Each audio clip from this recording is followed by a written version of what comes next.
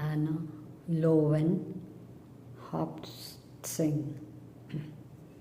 She's written this book, The Mushroom at the End of the World, on the possibility of life in capitalist ruins.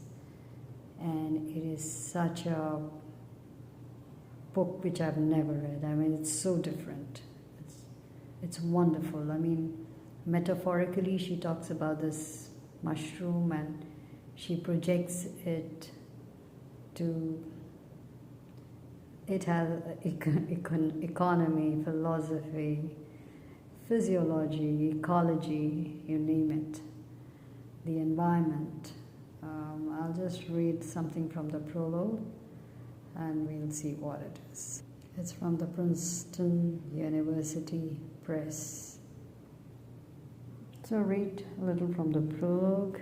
Terrors, of course, there are, and not just for me.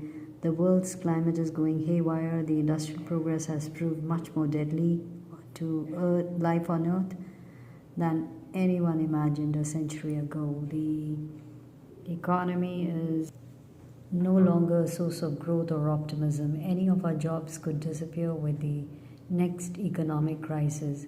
And it's not just that I might fear a spurt of new disasters.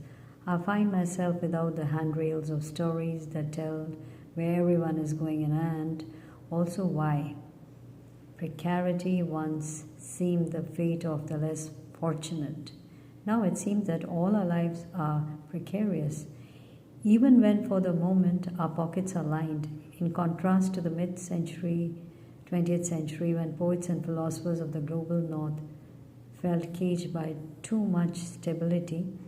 Now many of us, north and south, confront the condition of trouble without end. So she writes that this book tells of my travels with mushrooms to explore the indeterminacy and the conditions of precarity, that is, life without the promise of stability.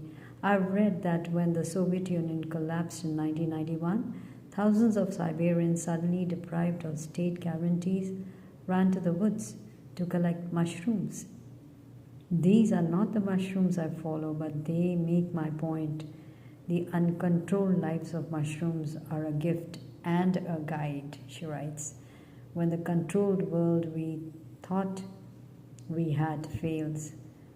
While I can't offer you mushrooms, I hope you will follow me to savor the autumn aroma. This is the smell of matsutake, a group of aromatic wild mushrooms much valued in Japan. Matsutake is loved as a marker of the autumn season. The smell evokes sadness and the loss of summer's easy riches, but it also calls up the sharp intensity and heightened sensibilities of autumn. Such sensibilities will be needed for the end of global progress's early summer. The autumn aroma leads me into common life without guarantees.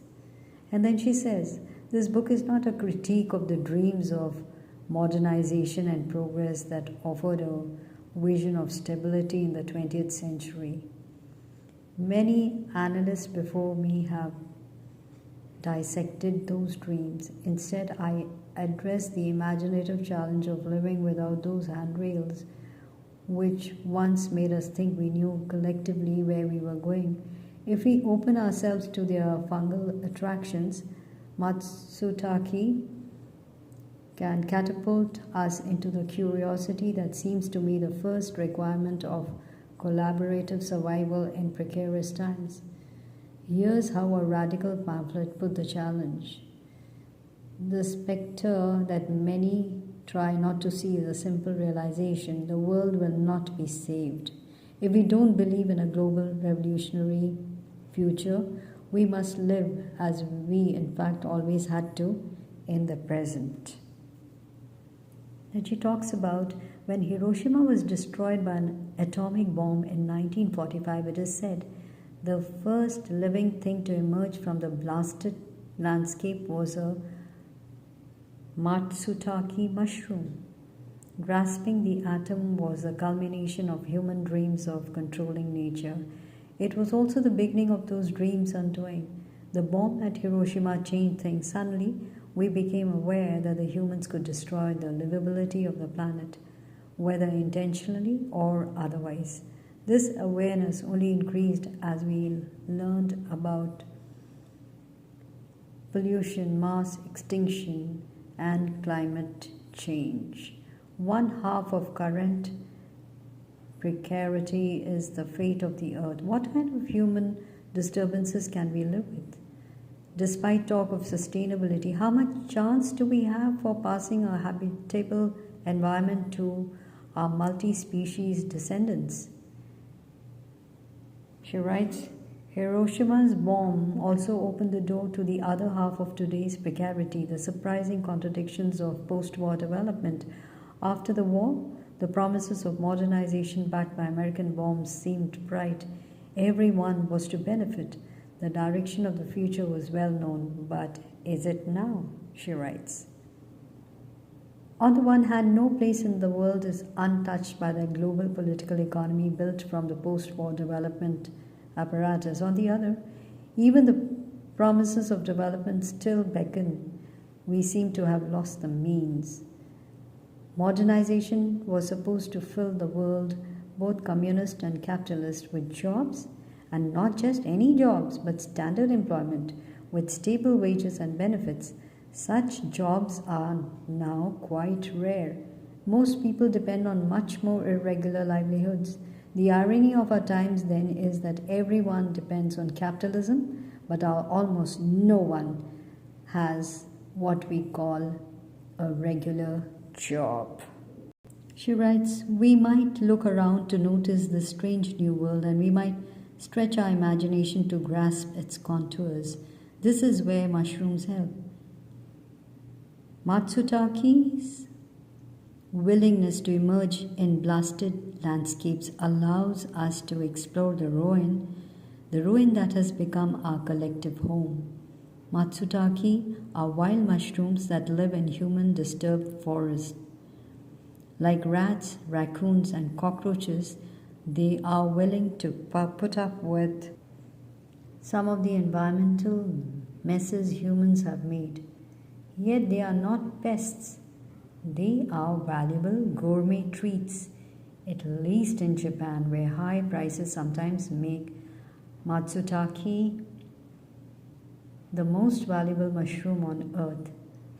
Through their ability to nurture trees, Matsutake help forests grow in daunting places.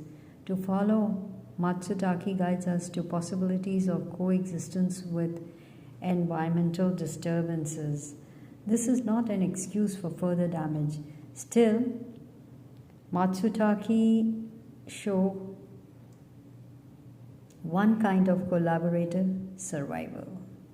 Matsutake also illuminate the cracks in the global political economy. For the past 30 years, Matsutake have become a global commodity foraged in forests across the northern hemisphere and shipped fresh to Japan. Many Matsutake foragers are displaced and disenfranchised cultural minorities. In the US Pacific Northwest, for example, most commercial Matsutake foragers are refugees from Laos and Cambodia. Because of high prices, Matsutake makes a substantial contribution to livelihood wherever they are picked and even encourage cultural revitalizations. She further writes, Matsutake commerce, however, hardly leads to 20th century development dreams. Most of the mushroom foragers I spoke with have terrible stories to tell of displacement and loss. Commercial foraging is a better than usual way of getting by for those with no other way to make a living. But what kind of economy is this anyway? Mushroom foragers work for themselves. No companies hire them. There are no wages and no benefits because merely sell the mushrooms they find. Some years there are no mushrooms. The pickers are left with their expenses. Commercial wild mushroom picking is an exemplification of precarious livelihood without security. Now she talks about the book. This book takes up the story of precarious livelihoods and precarious environments through tracking Matsutake, commerce, and ecology. In each case, I find myself surrounded by patchiness, that is, a mosaic of open ended assemblages of entangled ways of life, and each further opening into a mosaic of temporal rhythms and spatial arcs. I argue that only an appreciation of current precarity as an earth-wide condition allows us to notice this, the situation of our world. As long as authoritative analysis requires assumptions of growth, experts don't see the heterogeneity of space and time, even where it is obvious to ordinary participants and observers. Yet theories of heterogeneity are still in their infancy.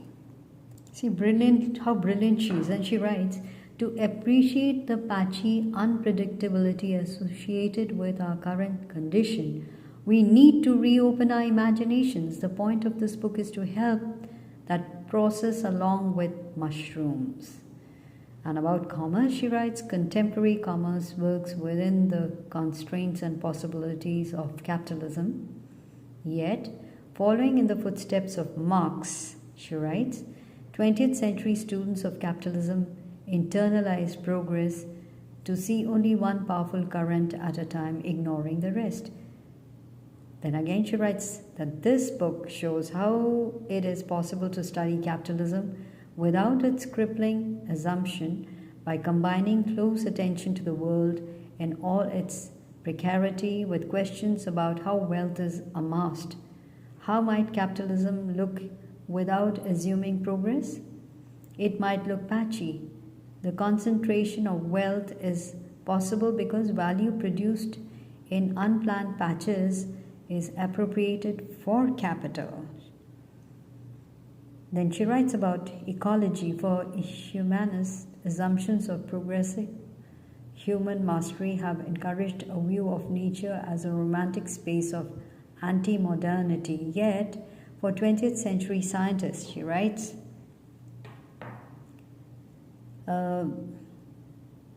progress also unself-consciously framed the study of landscapes.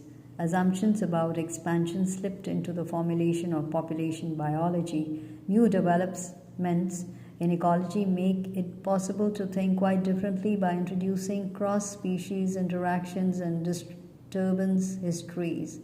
In this time of diminished expectations, I look for disturbance-based ecologies in which many species sometimes live together without either harmony or conquest.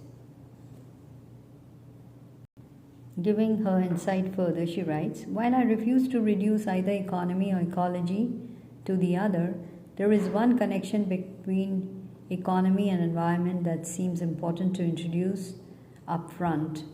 The history of the human concentration of wealth through making both humans and non-humans into resources of investment. This history has inspired investors to imbue both people and things with alienation, that is, the ability to stand alone as if the entanglements of living did not matter. Through alienation, people and things become mobile assets. They can be removed from their life worlds in distance, defying transport to be exchanged and other assets from other life worlds elsewhere. This is quite different from merely using others as part of a life world. For example, in eating and being eaten, in that case, multi-species living spaces remain in place. Alienation obviates living space entanglement. The dream of alienation inspires landscape modification in which only one standalone asset matters. Everything else becomes weeds or waste. Here, attending to living space entanglement seems inefficient and perhaps archaic. When its singular asset can no longer be produced, a place can be abandoned. The timber has been cut, the oil has run out, The plantation soil no longer supports crops.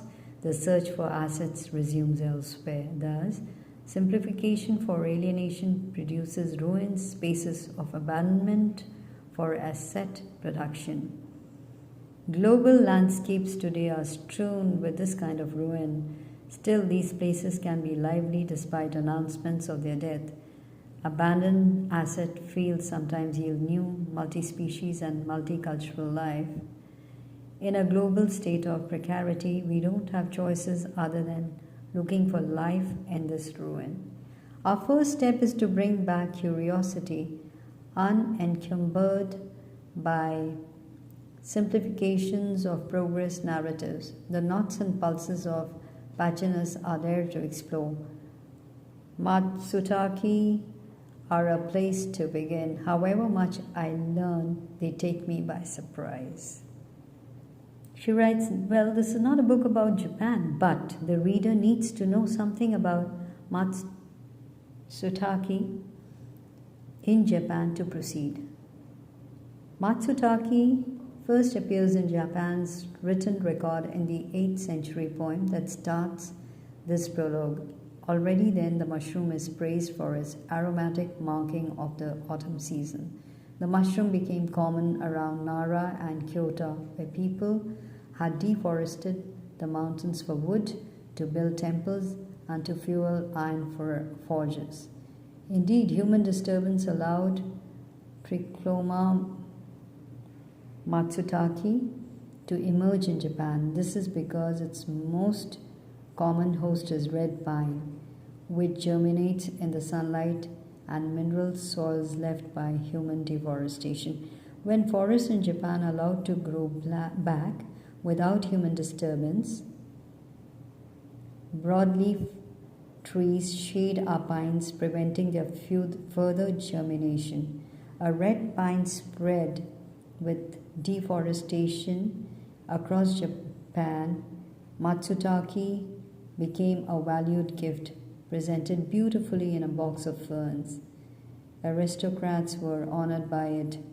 By the Edo period, that is 1603 to 1868, well-to-do commoners such as urban merchants also enjoyed Matsutake.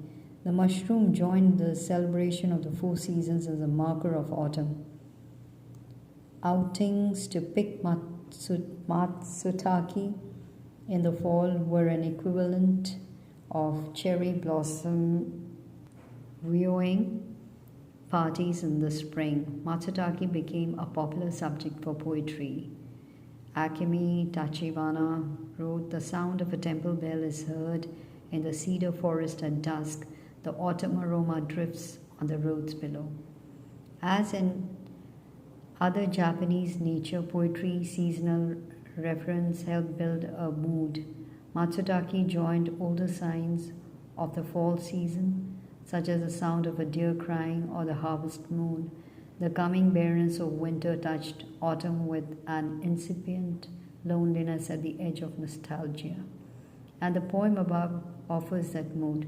Matsutake was an elite pleasure, a sign of the privilege to live within the artful reconstruction of nature for refined taste. For this reason, when peasants preparing for elite outings sometimes planted Matsutake, that is, stuck mushrooms artfully in the ground because naturally occurring Matsutake were not available, no one objected.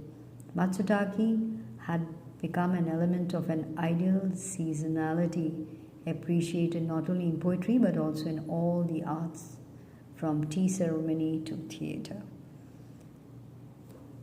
Another poem we have, "The moving cloud fades away and I smell the aroma of the mushroom," by Koi Nagata.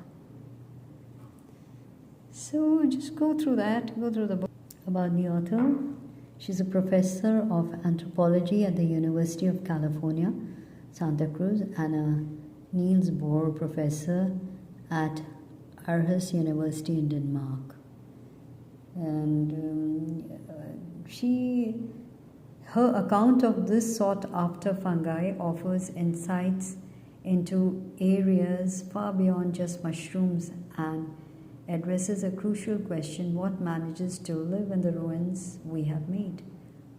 The mushroom at the end of the world follows one of the strangest commodity chains of our times to explore unexpected corners of capitalism. Here, we witness the varied and peculiar worlds of Matsutake commerce, the worlds of Japanese gourmet, capitalist traders, Hmong jungle fighters, Finnish nature guides, and more. These companions also lead us into fungal ecologies and forest histories to better understand the promise of cohabitation in a time of massive human destruction. The mushroom at the end of the world is an original examination of the relationship between capitalist destruction and collaborative survival within multi-species landscapes, the prerequisite for continuing life on Earth. And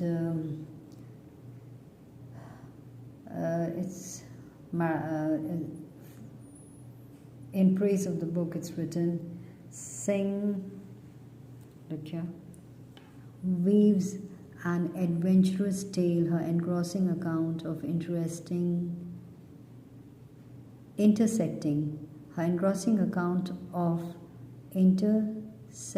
cultures and nature's resilience offers a fresh perspective on modernity and progress. Publishers Weekly. And another review says, Kirkus review, starred review, usually rewarding, bursting with ideas and observations. Tsing's highly original ethnographic study follows the spicy spelling mushroom's global commodity chain. Consistently fascinating, Tsing's story of the picking and selling of this wild mushroom becomes a wonderful window on contemporary life. And Luiso Fresco writes that a fascinating account of the biology, ecology, genetics, and anthropology of the world's most valued mushroom.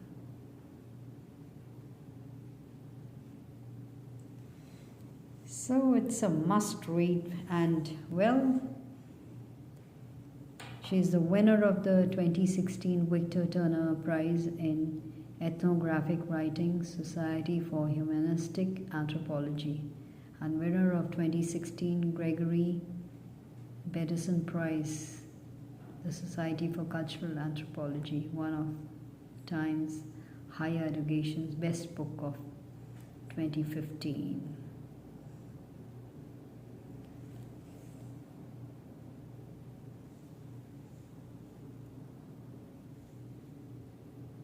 A must-read book, The Mushroom at the End of the World.